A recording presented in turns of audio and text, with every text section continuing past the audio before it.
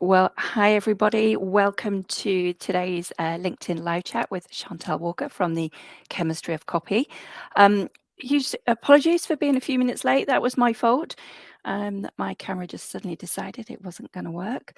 I know my hair's not looking brilliant today, but that's kind of harsh feedback that I wasn't allowed to even turn my camera on. So I don't know what's going on there. If anyone's watched these before, it's kind of a recurring theme that I go, yeah, IT, not my zone of genius. But hey, we're here now and we're only just a couple of minutes late. So enough about my IT woes. And a big welcome to you, Chantal. Thank you so much for joining us. Thank you. Thank you. Yeah, we've had a couple of missed opportunities, but we're here now.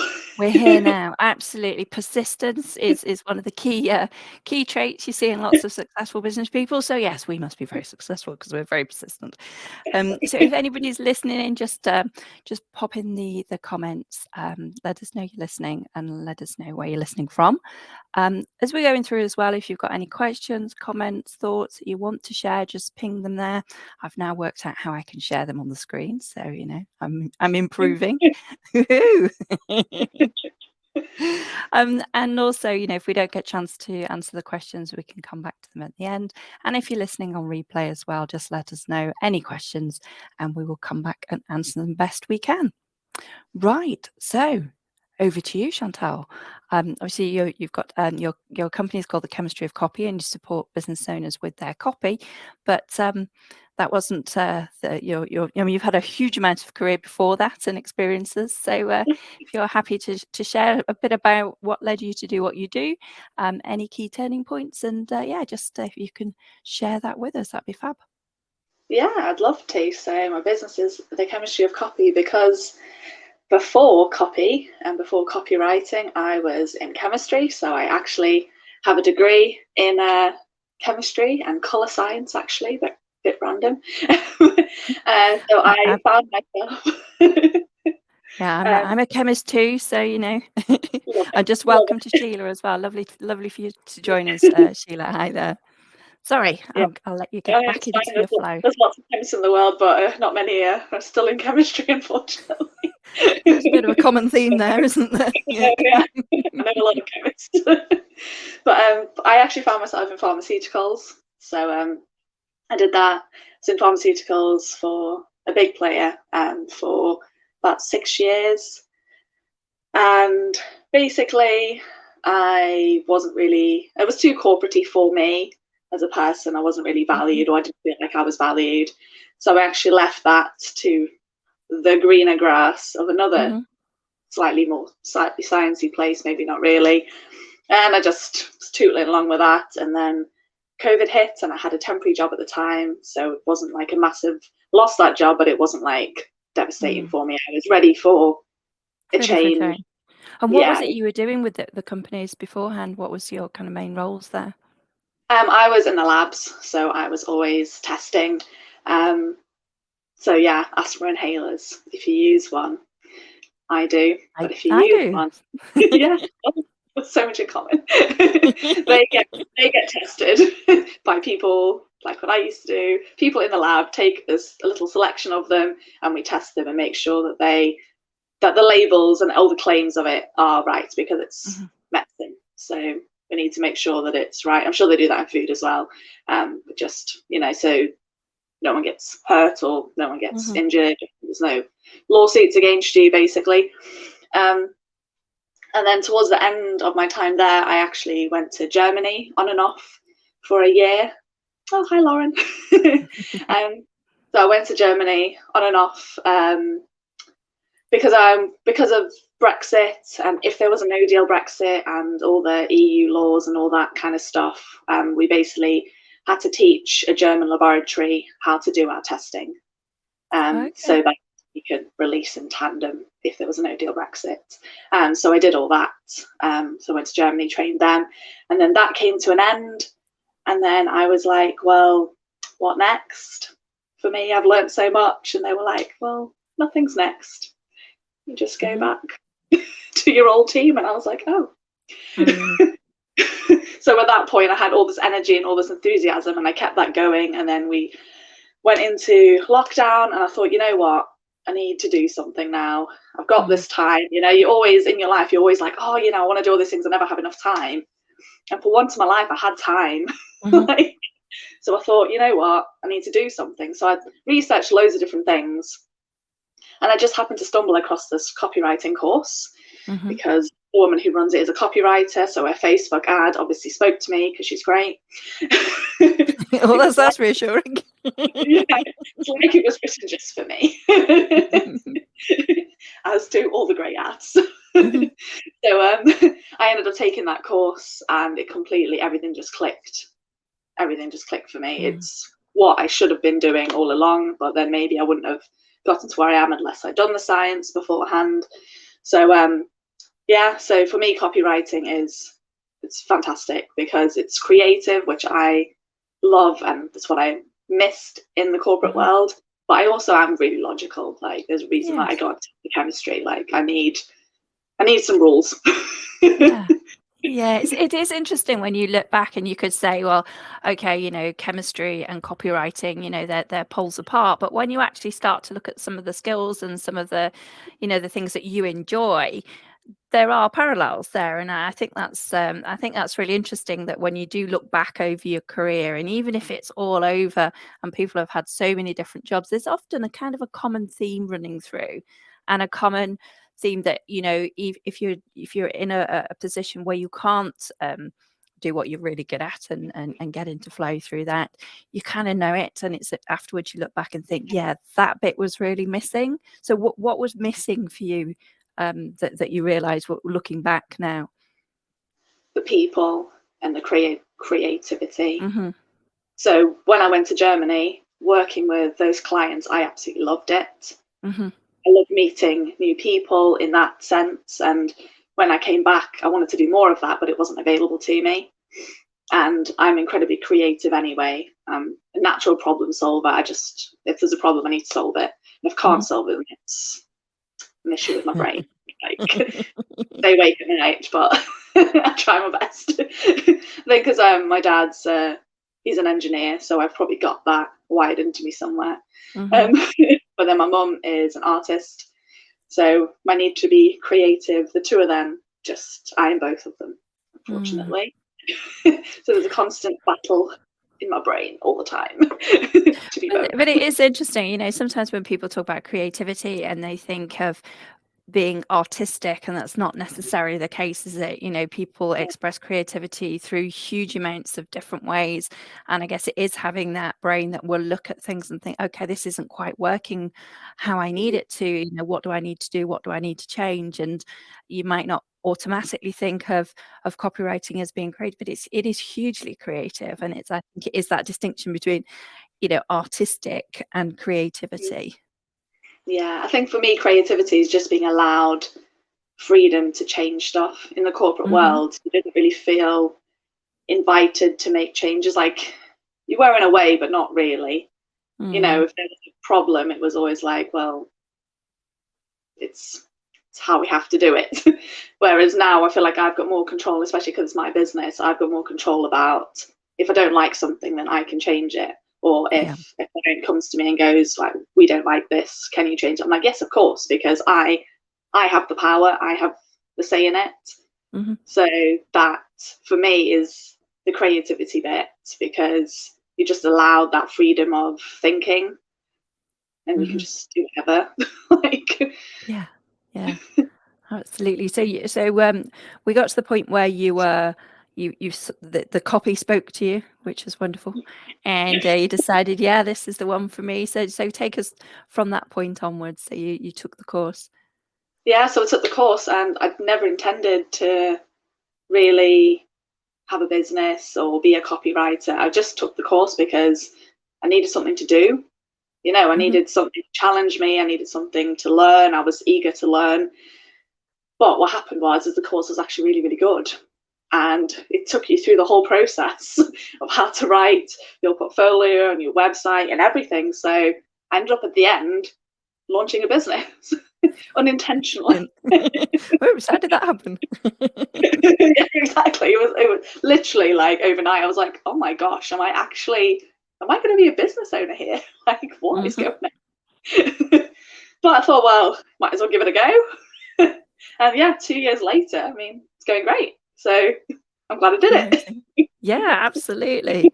Absolutely. So at that point when you're saying, "Oh gosh, I appear to have created a business here," um, can you just talk a little bit more about that? Because I think it's quite interesting when you have had a corporate career and then you decide to set up on your own. You can often get very different views from different people, and some people, think you're crazy. Other people are really supportive.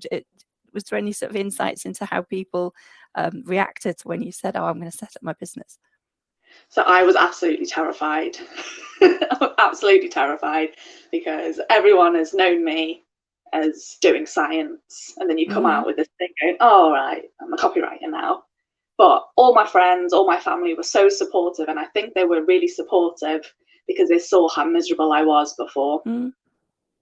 and they saw the change in me when I was learning this and getting excited about something. And I think that's the key. If you're scared of pushing yourself out your comfort zone, then I think it's how you approach it. For me, I approached it quite quietly. It was like kind of in the back burner, and then one day I was just like, nah, launch the business. But for the years leading up to that, all my friends and all my family knew how miserable I was. So it wasn't, maybe it was unexpected, like, oh yeah, launching a business, but it wasn't unexpected necessarily that I was doing something different, Yeah, if that yeah. makes sense. Yeah, no, Because, totally. yeah, Yeah. I mean, people could see you, and it's that sort of decline from, just not being you, just not having that sort of, enthusiasm and zest for what you're doing. And even when you were talking at the beginning about, your corporate life, again, there's such a big change in your body language and your expression and your energy when you start to talk about what you love doing. And that's amazing because, we spend an awful lot of time at work. So if we don't love what we're doing, and don't have a passion for it, then that's an awful lot of time that we're not being ourselves and not enjoying life. So no, I think it's great to see the changes that you've made. yeah, well, thank you, thank you. It means a lot as well, because it is hard changing careers so drastically. I mean, it's hard enough just changing like jobs to the same, like just a different company. Hmm. That's quite hard as well, especially when you've been at a place for so long. And I think for me, leaving that company, that was like my thing. So I'd left that because I was actually staying for my friends. Yeah, when I when I thought about it, I was like, oh well, they're my friends. I'll still see them. I shouldn't be in a job that I don't like, or that's not giving me everything I want and I deserve, because of the people. And it took me a hmm, long time to realize that, because I yeah, still see those friends. I'm seeing a lot of them tomorrow, in fact. So, amazing. like, Yeah, it's yeah. yeah, sorry. No, no, it's interesting when you do look back and you wonder how you stayed there so long, or the reasons for staying. And everybody is so different. But I guess some people just hit a turning point, and whether it's something that's forced on you, whether redundancy or the changes with COVID, or whether people decide to make that change themselves. It's often it is that, so you look back and think, gosh, how long, how did I stick at it for so long and not be totally happy with my life? And it's not that everything is super easy now you've got your own business, but at least, like you said, you do have a little bit more control over what you do. So obviously 2 years on, if you were to go back and sort of say would be your main key learning from the last 2 years, what would you put down? My key learning is, if it's not hard and it doesn't scare you a little bit, it's probably not worth doing, because there is so much that is going to change. And at the beginning, I was like scared, just doing so many things, and now I'm just like, yeah, well, everything's going Yeah. to be new to me. You have to get in that mindset, don't you? Hmm. Like, everything's new, so it doesn't matter. It's like everything's new. Yeah. Like, getting accounting is new to me. Like, doing my own taxes new to me. Um, like filing your own business, because even those small little things, everything was just new. Like having my website, running my website, having advertising myself, going on holiday, and not having someone just take your place. Hmm. Yeah. It's new to me. Yeah. Everything stops. Yeah. Yeah, I read a great quote from James Clear, which people might know him from Atomic Habits, and it was along the lines of, are you prepared to be uncomfortable for 5 minutes? Because the first 5 minutes of starting something, whether it's the first 5 minutes of doing exercise, whether it's the first 5 minutes of walking into a networking group, are you prepared to just take that first step and be uncomfortable for the first few minutes? Because if you're not, then you're going to miss out on a huge amount. And sometimes for people who are new to something, or some people just love anything that's new and they just jump straight into it. Other people are a little bit more reticent, but it is a question of, are you prepared to be uncomfortable for just 5 minutes and then take it from there? And I think that's quite a nice way to look at it, that, like you said, everything is new. So if you're learning, then of course you're not going to be the expert in it just yet. But the thing that you are expert in is copywriting. So let's just talk about that more. I mean, what makes fantastic copy? What makes fantastic copy is something that is tailored to the audience. That's because you can write something great and it can be like absolutely amazing, but you have to think about who's going to be reading it. You might think it's great, but if you're not your own audience, then it doesn't matter. And also copy is such a small part of stuff as well, because design is very important. They go hand in hand. You can have a really great website that's really designed really well. If the copy's bad, no one's going to read it. Equally, you can have amazing copy on your website, and if your website's designed poorly, or if you don't get any traffic to it, kind of no point as well. So everything goes together. Copy is part of advertising, and I think now business owners are realizing that copy is important. I think before it was all about design, like the internet was new, it was fresh, and like everyone's like, oh, like technology's moving on, we can do all these things. Just take it back to basics. What does your website actually say? Is it actually is it speaking in your voice to your audience? Like that, you need to just pull it back and just reassess stuff like that. Because to me, that's a lot of companies can miss that mark, or they just find it really hard. I mean, I don't really particularly like writing for myself in my business, because it is really, really hard writing about yourself and singing your praises. When you're so close to it. Sometimes you miss the obvious, or you take for granted so many things. I was asking somebody to have a look at some of my copy, and say, well, you've kind of taken for granted that people understand what coaching is, and you're like, oh yeah, and what are the benefits, and stuff that you just kind of think, oh well, I won't talk about that. We'll just everybody knows that, and I think that's something that is so important to think about, is that things that come naturally to you, sometimes you just do take for granted and you don't actually think about, whereas they're not natural for everybody. Like creating good copy, yes, we can all write, but we can't all create great copy. And so it is so important to get somebody else to help you with the things that either you don't have a natural aptitude for, or actually you just know you need to be spending your time doing something else. Yeah, and also I think they're two different things. Being able to write well is different to being a good copywriter, because I'm not a bad writer, but I don't have a natural affinity for writing. Like, I don't really keep a journal. I don't do anything like that, because for me, the way that I write, and the thing that really attracted me to copywriting, is because it's short, sharp, and it's concise, and that's how I like to write. I don't really like this long form stuff. Like, yes, there's a place for it, but that's not my natural style. My natural style of writing, the thing that I get the most out of, and especially for my clients as well, is I can take all their waffle and all their stuff that they want to say, like it's normally a huge ream of stuff, and I'll whittle it down. It's like, you don't need this. And our attention spans are getting so short now, aren't they? Anything, whether it's videos, whether it's copy. I think someone was saying, maximum time for videos now should be 2 minutes. You're thinking, oh my goodness, really? Is this what is this what we got to? But we have got that kind of scroll, snacking. Someone described it as snacking mentality, that you just kind of snack on little bits of information, unless there's something there that grabs you. You just move on to the next tasty snack, and it's a real skill to be able to make it concise and get your message across. Yeah, I was watching a YouTuber this morning actually, and she was basically saying about YouTube, and how everyone was getting tired and like, is YouTube dying? And basically the outcome is that we're all just tired, like Yeah. we're going through a pandemic. Yes, like COVID's getting better, but it's not gone. We're Hmm. all just tired. It's Yeah. not like we're tired of being online, but then we're also tired of being in our homes. We're forced to go outside. Everyone's like, oh yeah, get fresh air, but then you're exposing yourself still. And it's just like, people are just tired of Yeah. everything. Hmm.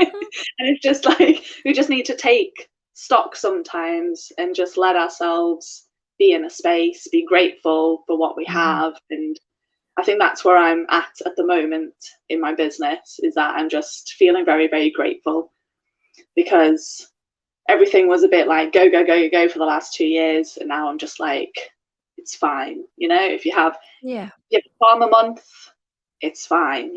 It'll pick up again. Just making the most of everything and just being Mm. grateful for everything that I have, because we've all been through so much.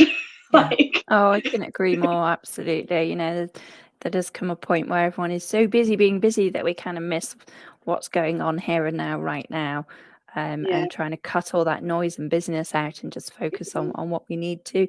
And if that means for you that you need to slow down and stop and not be online so much, then absolutely, we've all got to find a best way for it. And I think also introducing a bit more fun. You know, it's just that everything just feels like it's really too serious, and I don't do very well with serious. So it's like me got to neither. introduce a bit of fun. Yeah. And Liam's Hi, Liam. joined us. Hi, Liam. Yeah, no, fun is definitely the thing at the moment, because we've had 2 years of like hard stuff. It's Mhm. okay to have a giggle. you know Gosh, business doesn't absolutely.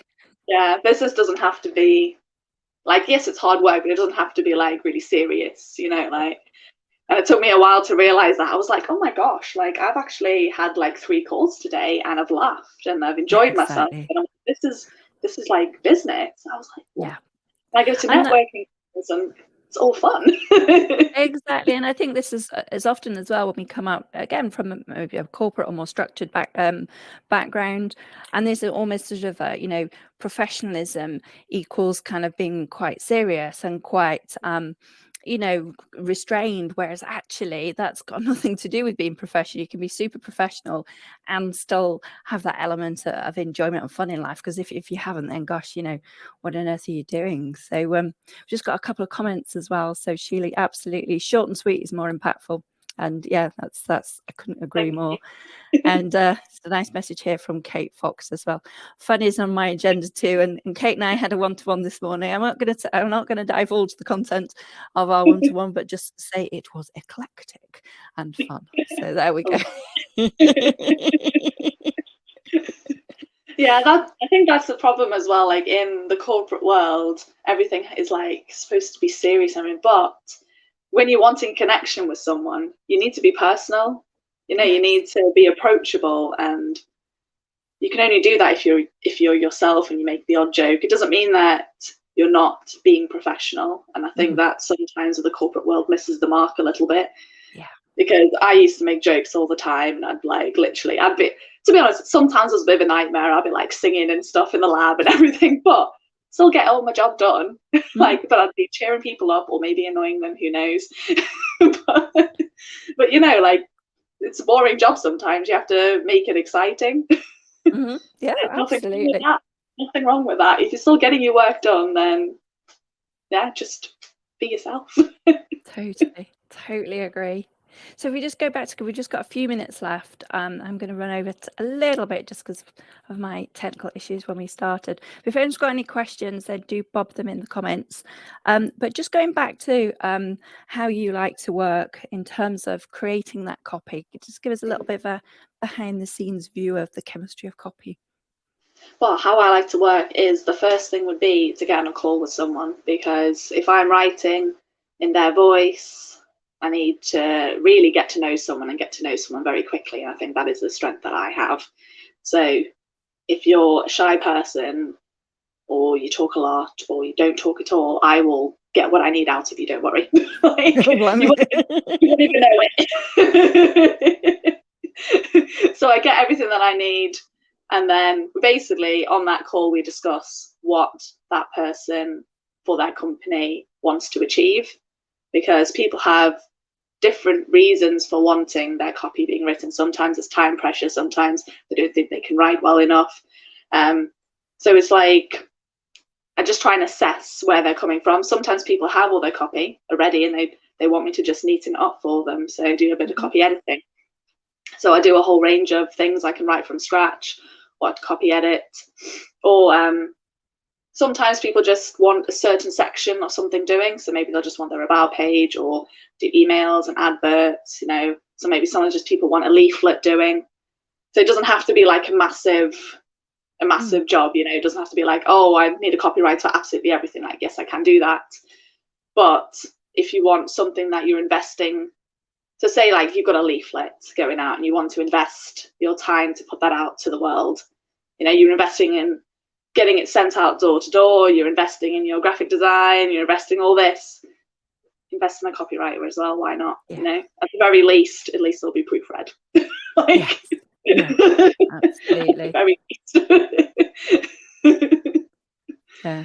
No, that's a really good insight, because it isn't just about, so people think, oh, well, perhaps I'm too small to need a copywriter, or, it's the big jobs, but it goes all the way through, doesn't it? Again, that consistency, that consistent voice that perhaps you're struggling to get across. Yeah. And also it's like, don't be afraid that if you're not writing it, it won't sound like you, because it will. Like copywriters, that's literally what we train to do. We train to mimic your voice. And if you don't feel like you have a voice, then we can do a creative brief and we can find you a voice. Maybe your natural style is not how you want your business to be portrayed, and that's fine. We can come up with a plan. There's always a way.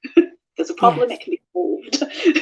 Absolutely, problem solver. Yeah, absolutely. So we've just got a couple of minutes left. If you were to leave sort of one top tip with everyone today, what would that be? Top tip is spell check stuff. Do it maybe 3 times, because I still send stuff out of my own and I've spell checked it, still got an error in it. So you can never actually do it too many times. Get someone else to look at it as well, because your brain is really clever and it reads what it wants to read. So spell checking is very important.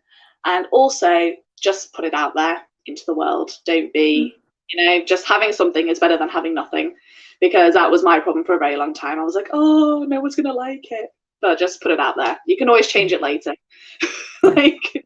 Absolutely. Two great tips. And on the first one, I'd written something.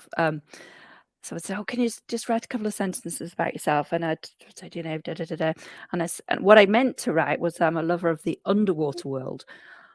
But the water bit just didn't connect from my brain to my fingers. And I said, I was a lover of the underworld. Oh. I'm like, well, maybe, I don't know, but it wasn't quite the message that I was wanting to get across. But anyway, there we go. So yeah, I like the underwater world, so fish and things like that. So we've just got one quick comment from Lauren. Oh, amazing. Absolutely. I mean, I think everybody is affected by, when you're trying to write your own copy, like the underworld, and having somebody like Chantal to look at your work and actually make sure we're saying what we thought we were saying is so important. So that's a great testimonial there. So thank you so much, Lauren. Well, thank you everyone for listening in. If anything comes to mind afterwards, you've just got any comments or any thoughts about copy, anything that Chantal can help you with, obviously we'll make sure her links are in the comments below the event. But yes, huge thank you to you, Chantal, for coming and chatting with me today and putting up with me changing computers, changing browsers, not being able to get my video working. We started early. And thank you so much to Sheila, to Lauren, to Liam, and to Kate for listening live as well. Have a wonderful weekend, everyone, and hopefully see you all soon. Take care then. Bye. Bye.